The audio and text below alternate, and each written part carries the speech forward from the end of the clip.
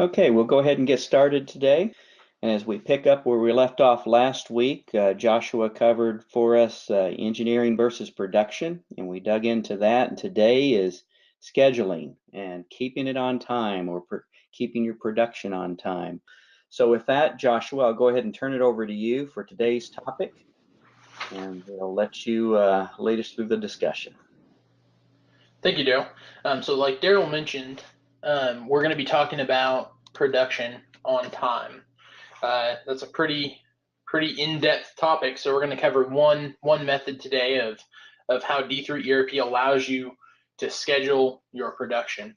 We're going to go ahead and start off by kind of defining scheduling, because it means a lot of different things to a lot of different people. So we kind of want to center in around one definition here. So in D3 ERP, scheduling production is built around commitments to customers and commitments internally for the finished product. So that would be like work orders. When you factor in those two things, they're all made up of three key elements, which is the work start date. So when am I supposed to start work for my work order? When is the ship date for the work order? So that's when is it supposed to be complete? In the sense of an internal work order where we're just building it to stock or building it as a subcomponent of a top level, the ship date really just means completion date. And then on the top level, that means completion / get it out the door date. And then the dock date, which is the date when the finished good is set to arrive at its destination. So for internal work orders, that would be when is it supposed to be at its next stage? Or for sales orders, externally facing ones, that would be when is it supposed to be at our customer's door. So we're going to go ahead and dive in after we've kind of centered around that definition there. And like I said, we're going to be talking specifically about scheduling to the production line.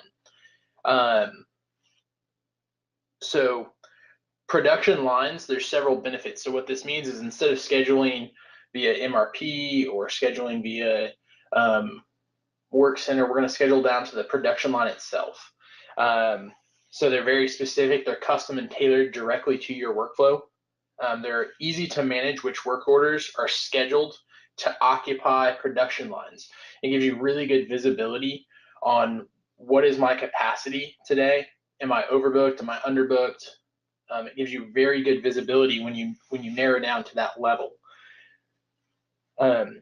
The discrete work orders, so that means it's by part. So if you've got a top level with 3 subcomponents, the sub-assemblies all have their own work order. So it goes through production line A, and that work order is only for this component. However, they can have multiple production lines. So if you've got 3 work areas that think of a long table and it goes from production A, B, and C, you can assign that same part to go down production line 1, 2, and 3, A, B, C, and that allows a lot of flexibility to fit your workflow. So you don't have to complete receive an order for every single one. We've kind of touched on that in the past a little bit, so I'm not going to get too in depth there. You're able to manage the per day capacity at production line. So you're able to actually specify how much capacity do I have at this line today in minutes. So you're able to say I've got 60 minutes at this line today. So if I'm booking 70, I'm going to either work overtime or I'm not going to be able to get everything done I need to meet my target dates. And then because of that, you're going to be able to easily identify your capacity issues. Are you overworked? Are you underworked? What do you need to adjust? You need to readjust the flow to a different production line. That visibility is greatly beneficial in identifying bottlenecks before they become a bottleneck. With a past client, they had issues with bottlenecks. They would have the first stage of their production was a bottleneck, so they had excess capacity downstream.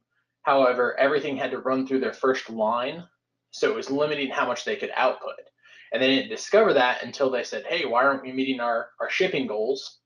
And then they dig down through the process and discovered it was due to that first production line. So then they readjusted their workflow, outsourced some components to vendors to kind of spread out that capacity. So they're bringing in stuff pre-done, and then they're producing part of it, and it opened up the gate so then they could eat up that excess capacity and they were able to ship more. So the ability to identify those before they become a problem is a great asset, and D3 ERP does that eloquently.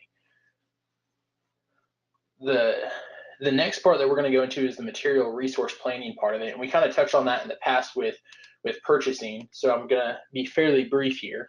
So once you've got your orders and you know what you need, this is the screen that tells you what do I need to buy and when do I need to buy it. So this allows you to organize what material you need and when you need it, so production isn't hindered. And this is commonly overlooked in a lot of ERP companies. They will say, okay, we bought the goods, they're good, we don't need to worry about those. But the truth is, your vendors also have the same issues that you probably experience, as well as meeting commitments and due dates.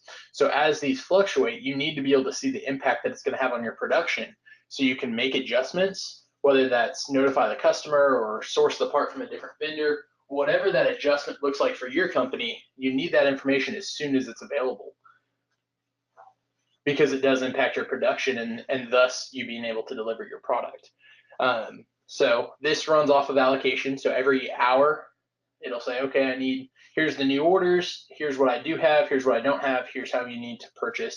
There's lots of filtering options. I went over that in a past webinar, so I won't get too deep into that. One of the other great tools that couples with this, that I was talking about, knowing the impacts of your production, is the Waterfall View, and that's per component. So you can see on the left-hand side of this projected quantity on hand column here, it shows every time that I'm going to need to use that product. So if I had open POs, they'd show on the right-hand side of that column, and it'd say, okay, I'm going to get 15 more today or 17 more today, and that's based off of the dock date. So as you place POs, you assign a dock date, and that will balance out kind of like a checkbook register here for that type of view. So you can say, oh, I'm going to be late, I need to figure out an alternate plan, or I need to notify my customer. So that's a pretty powerful view in itself there. So the next thing we're going to talk about is the actual production and capacity planning, the quote unquote meat of this webinar. The rest was just kind of like context to get us there. So we're going to go, I'm going to pull this up here. So this is going to be when we're actually creating a work order for a top level part. So this is kind of the view you're going to see when you start at it. And so there's a couple prerequisites, if you will, that need to kind of be set up before you can get to this page. You need to have your production line specified. Whatever those are, that's typically done at implementation, so it's not a hard step. And then you can see I've got my list of parts here, right there on the left-hand side under the column PRC part. And then you'll see a couple columns over, I've got production line. And due to screen real estate, it's not expanded all the way, but you can see I've got press brake and I've got fabrication and a couple different options there. So I've already went ahead and defaulted these components to a production line. So what that means is on the part record, I've said, okay, when I consume this part, or when I make this part rather, I want it to always run down this production line. That's the normal route for it to go. That saves a lot of time. If you don't specify that, you have to specify it on this page. And so every time you get a work order for that part, you're gonna have to go back and select press brake or fabrication or welding or whatever it may be. So setting the default, if it normally runs down that route, is the best way to go. Another thing that you'll want to watch out for is on the far left-hand side here, you've got this column called build. So we've talked about it in the past, phantom parts, which really just means with top. So here you actually decide, am I going to build this? Am I going to move this up one level? So I'll just include the bill of material with that top level and everything will come together at that time, or do I not want to build it? If you select no, I don't want to build it, that will prompt you to purchase it. So it'll show up on that MRP report for purchasing to issue a PO to a vendor that they can acquire that part. So that's pretty handy right there. It's either yes, no, or with top. It's very simple to make that decision. Another thing that you need to make sure you do is, as we get into the capacity side of creating the work order, is on your components, you need to enter an estimated time to complete. So maybe subcomponent 4 will take 15 minutes to complete. You need to specify that ahead of time. That way, D3 ERP is able to say, okay, I have 15 of those 60 minutes booked today, so I only have 75% capacity left. So it gives good visual metrics to the plant manager, or whoever's in charge of scheduling, so that information can be relayed to sales to your customer ultimately.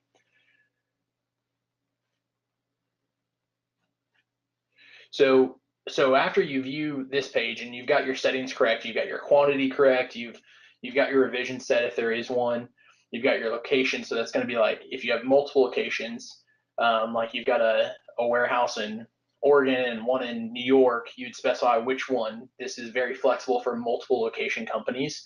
So it's really nice. You can set it right there. And then your customer is generally set to internal account if it's a build order. So you won't typically change that. And here's also where you can set your ship date and your dock date. Now you can set those later on, but it's just kind of convenient if you know what those are already going to be to just go ahead and set those now. You won't really mess with vendor or PO location. Typically, there are a few occasions where those would be changed, but that's on the edge case. So we won't really get into much detail on those.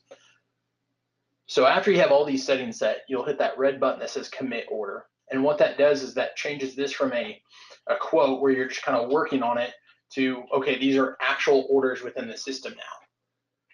So that allows you to say, okay, this is confirmed and it's actually being put on the schedule to be made. On the next screen, after you hit commit order, it just simply says work start date. So you'll specify, when do I want to start this? And that's where you'll assign that. It's a very simple view.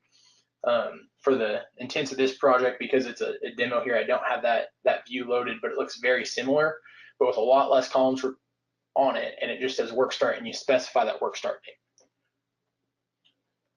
So we're going to go ahead and move on, skip past that to the production order list. So this is how you can kind of keep track of production and how they're going. So I'm going to scroll down a little bit here so you can kind of see all the different types of production schedule, or the work orders we've got here in different statuses.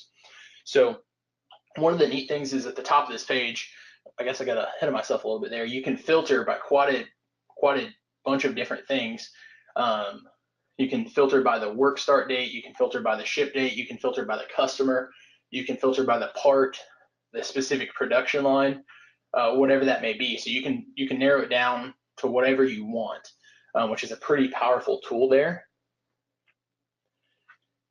So each line is shown on an individual level. So on the example of the quote we had a couple minutes ago there, we had 4 or 5, 6 different lines. Each one of those would be represented had I committed it here on its own individual line. Like I mentioned earlier, every level of the bill of materials created in a discrete work order, meaning that it's that line itself. So that's pretty handy. So you don't have just the top level and it's got to go through six different production lines. It would be really hard to model capacity if it was done that way. So this is really a pretty good benefit here to using this scheduling module. Now you've probably noticed I've got 3 different colors. I've got clear, I've got yellow, and then I've got red, or a pinkish red. So that's meant as an easily identifiable visual. So you're able to know where are we at with production. So as you would guess, red means I'm late. That means that the date that I was supposed to have this shipped, I've missed it. So those are kind of the ones that, like, oh no, raise a flag. What do we got to do to get this out the door? Yellow means that I'm in danger of being late. So if it's within 7 days, that's kind of what populates, okay, am I in danger? Another important thing to note on this is if you look at that work start column date, and then you see this line item right here, 38.5, you'll see the work start date is 5/3. Well, today's the 13th. So this doesn't look at when was my work start date. This looks at the time estimate that I mentioned earlier in that part, and then the ship date. So because it's the 13th and I'm supposed to ship that in 2 days, what you can tell is I'm not late because I didn't start it when I said I would.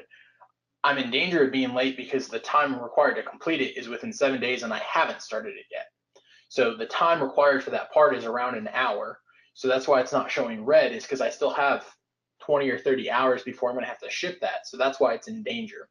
And then the ones that are clear, it means that I'm not in danger because the work ship date is more than 7 days away. So this is a pretty easy visual just to get at a glance to know how far behind you are, how far ahead you are. It's a pretty powerful tool. There's not a lot of ERPs that make it that simple to know the status just at a glance. Another pretty cool feature, I guess I would call, of the D3 ERP production is a lot of times you'll know an order is going to come in, your sales guys have been working hard and they've got a deal that's submit and they're just waiting on the PO so they can enter it, but you know the order's coming.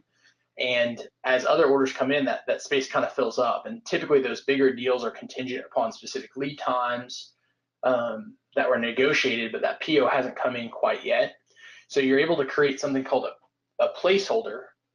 And this allows you to say, okay, I know that on my press brake production line, to meet the commitment of this order that's coming in, I'm going to need to reserve 2 hours a day. So you're able to create a placeholder that isn't tied to a specific work order, that just leaves that capacity open. So you'll fill up all around it, but then you'll still have that 2 hours or however you've specified in your capacity. So when that PO does finally come in, you can delete the placeholder and insert those work orders to take the place of the placeholder. So that's a really, in my opinion, ingenuitive solution to making sure you're not overbooking your orders. I mean, that's pretty important there. There's another pretty neat tool it's a pretty in-depth, and it would kind of take us into the weeds a little bit because it's a more advanced feature, but there's a feature when you're scheduling that you're able to find the earliest start date to when you can start a job. So if you get an order that's rushed, that when you're scheduling, you can actually hit a button that will estimate when is the soonest time I can start this order, and we'll look at your capacities and look at your booked time, and then say, okay, I can start this here. Maybe it's 2 days before you thought you could because it's found gaps in your capacity. So that's a pretty neat solution. I haven't seen it on very many other ERPs, and it's certainly not as eloquent that's in D3 ERP there. It is important to note that when you are scheduling by production line, your dock dates and your ship dates need to be maintained. The reason for this is because D3 ERP uses those specifically to calculate your capacity, to calculate your ship dates. All of those things rely on that. So sales relies on those numbers to be able to provide updates to their customer. Production, whoever's scheduling, relies on those so they can keep the flow of production right. So if you don't keep your dock dates for your open POs up to date, if I'm going to have material 4 days later and I don't change that in the system, you could mess up production because they're going to try and start a job they don't have. Or if production knows they're going to be 4 or 5 days late and they don't update it, they're just comfortable with the schedule being behind, then sales isn't going to be able to look and see and notify their customer that the order is going to be late. And that just has any number of ramifications to it. So that is one important thing, is to keep your dates up to date, basically. And when you are scheduling, you want to make sure that you have a more narrow range than a wide one. And sometimes the default behavior when you've got a PO that isn't due for 6 months to put a range of, okay, I'll start this between September 1st and December 1st, somewhere in there, and I'll be able to meet my commitment. It's better to schedule in a 1 week window than a 3-month window, just because it takes more resources and longer to load that report because of the time frame is so wide. When you are scheduling with a window, you're going to have to change those dates anyways as it gets closer. So there's really no benefit to put September through December when you could put the first week of September and move that as you need it. It's the same amount of work, and it keeps the environment clean with accurate data. The next thing I want to talk about is an example from a past client, and this is a true story of before they had CTEC. So before they implemented, they were managing their production with an Excel spreadsheet, and it was a very elaborate spreadsheet. It had more columns than you could even think of, and it was very well thought out. But the problem is that an Excel spreadsheet is just that. There's no data behind it. The only things that change with it are what the user inputs and what the user can foresee that it's going to change. So they would get a request from a customer needing to make an adjustment. So they would debate it internally. Can we get it done? Can we not get it done? They would arrive on a decision and adjust their schedule. But because it was only based on their input, they weren't able to see all the other ramifications of, okay, if we move this PO up so we can get the material in-house and bump these things out, they weren't able to see the trickle-down effect of what it had on all their other orders. So that obviously presents a problem, because when you do that, it displaces something. So this happened pretty consistently for a year, a little more. So last year in 2018, they had a customer that they did $1.6 million in business with. They were constantly late. Sometimes they would adjust for that customer and displace others. Sometimes that customer was the one being displaced. They were just very inconsistent with their ship dates. So the customer was sometimes wondering, when will I get this? Oh, it's going to be another 2 weeks. You know, it's just bad communication, because it was all based around this Excel spreadsheet and what someone could foresee is going to happen. There's nothing working on the back end of that. Since implementing D3 ERP, that client is now working 5 days ahead of their current schedule. So they've been able to foresee those and adjust their POs and their production to work more efficiently using this system than before, which isn't a surprise, because there's brains behind this system that do a lot of things for you. Unfortunately for that client, it was too late for their customer. So that customer decided to leave that client, and they only finished out what they already had on the books in their blanket POs. So this year, that client is going to lose $1.3 million in sales because they weren't able to consistently hit their lead times. So that's a pretty gut-wrenching story when you think about that money. Now, luckily, this client has a good sales staff, and they've been able to recover that through other customers. So it's not like it's a huge hit, but they're missing opportunity because they weren't able to efficiently organize production to meet their commitments. So that's just a real-life example of how this product can literally change the efficiency or your ability to get orders out in a timely manner. Daryl? Thank you, Joshua. So today we wrap up the series, as I said earlier, but thank you again for joining us. And if you are looking to streamline and take advantage of some of the things that D3 ERP can bring to the table when you're looking at an ERP solution, please consider talking to our team. Reach out to us. Be glad to answer any questions. And for that, and thank you for joining us.